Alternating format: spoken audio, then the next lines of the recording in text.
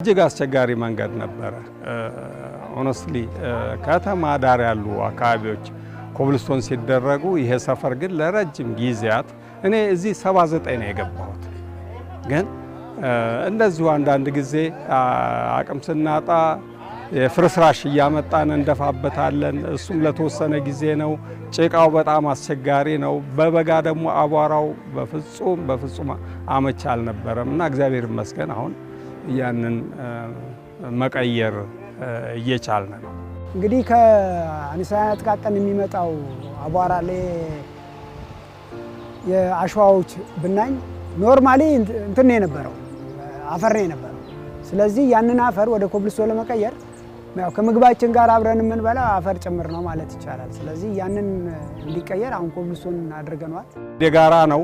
ሌሎች ይመለከተናል እኛም አለንበት ብለው ያሰቡ ሰዎች እንደዚሁ ያገዙንና ያዋጣሉ። በማቴሪያል አለ፣ በገንዘብ አለ፣ በአስተሳሰብ አለ፣ መስዋዕትነት የጊዜ መስዋዕትነት መክፈል አለ። ስለዚህ እነኚህ ሁሉ ተደማምረው ነው። ዳር እስከ ዳር 250 ሜትር በ8 ሜትር ነው። ወደ 3000 ሜትር ስኩዌር ነው። ሰቤዙን ገርጋንቲውንና የማስተካከሉን ስራ ሰርተናል። በቀጣይ ወደ ኮብልስቶን እየገባ ነው ያለው። ይሄው እንደምታዩት ከርብስቶን መገልበጥ ተጀምሯል።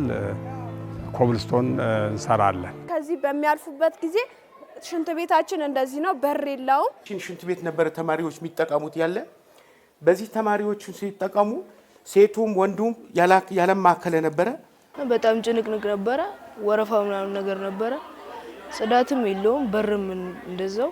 አንዳንዴ እንኳን አስተማሪ እያስፈቀድን በሚያስተምርበት ሰዓት እያስፈቀድን ነው የምንወጣውና በእረፍት ሰዓትና በምሳ ሰዓት ብዙ ስለሚሆን አንዳንዴ ያው እየተደወለ የምንገባበት ሰዓት አለ።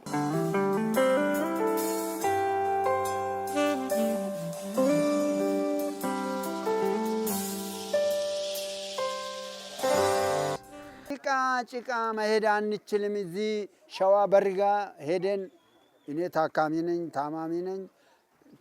ተጎትቼ ነው እዛ ሄደው። እዚህ አይመጣም ባጃጅ። ጭቃው አያስኬድም። ይሄንን ጭቃ ነበረ በፊት ከነበረው መኪኖች ጭቃ ይዟቸው ሁሉ መንገዱ ይዘጋል። እንደውም ማረሳው ሴቶች አሁን ጫማ በቦርሳ ይዘው ሪዘርቭ ጫማ ይዘው ነው የሚንቀሳቀሱ የነበረው። ልጆቻችን በዛ ደረጃ ላይ ነበሩ። አሁን ግን ያ ታሪክ ሆኖ ነው የቀረው። ችግሩ ሰፊ ነው የነበረው። ውሃው ክረምት አይሞከርም። አስፋልት አለ። አስፋልቱን አካባቢ ዳር አቁመን ነው የምንገባው፣ በእግራችን ነው የምንገባው እና ጫማ ሌላ ነጭ ጫማ ሁሉ ቀይረ የምትገባበት ሁኔታ ነው የነበረው። አሁን ግን እንግዲህ ለህብረተሰቡ፣ ለመንግስትም አጠቃላይ ለማህበረሰቡ እንደዚህ ጋር በጣም መንኮራበት በጣም የሚያስመካበን ሁኔታ ላይ ያለ ነው። ይሄን እዚህ ደርሰናል በመተባበርና በቅንጅት በመስራት ማለት ነው። እግዚአብሔር የተመሰገነ ይሁን። ለኔም እድሜ ሰጥቶኝ ይሄንን ላሳየን ፈጣሪ ክብር ምስጋና ለሱ ይሁን። ስራ እድል በማግኘቴ በጣም ብዙ ጥቅም አግኝቻለሁ።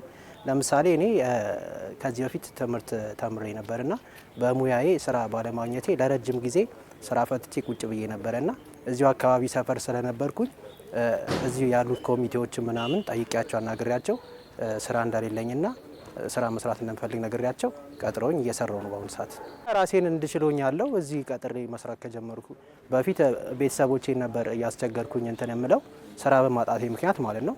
አሁን ግን ስራ ስለተፈጠረልኝ እየሰራው ነው። እግዚአብሔር ይመስገን። የምፈልገውን ነገር እያሟላው ነው።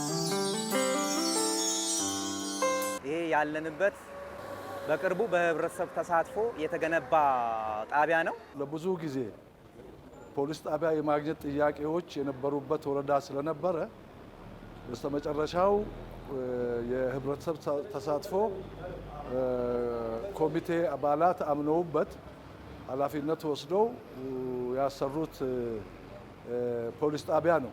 ይህ ፖሊስ ጣቢያ በመሰራቱ እጅግ በጣም ደስተኛ ነን። ለምን ይህ ሳይሰራ በፊት በጣም አፈር ነው፣ ቆሻሻ ነው እና እዚህ ትምህርት ቤት አለ። ጀሞ ትምህርት ቤት ተማሪዎች ማታ ከትምህርት ቤት ሲወጡ እንኳን መተላለፊያ የሌለበት መንገድ ነበር፣ እየፈሩ ነበር። አሁን ግን ይሄ በመሰራቱ እጅግ በጣም ደስተኛ ነን። ህብረተሰቡ አካባቢ ሰዎች ምን ማድረግ አለብን፣ ምን መደረግ አለበት የሚል ነገር ተወያየን። በዛ ቀጥሎ ደግሞ ይሄ ሽንት ቤት ለማሰራት ህብረተሰብ ተሳትፎ እኛንም ህብረተሰቡንም አካባቢ ሰው ተሰበሰበ። አሁን ደግሞ ሙሉ በሙሉ ይቀርፋል ባይባልም የተሰራው ሽንት ቤት ወደ 12 ቀዳዳ ያለው ሽንት ቤት ተሰርቷል። ያ ሽንት ቤት ይህን ችግር በመጠኑም ቢሆን ይቀርፋል ብለን እናስባለን።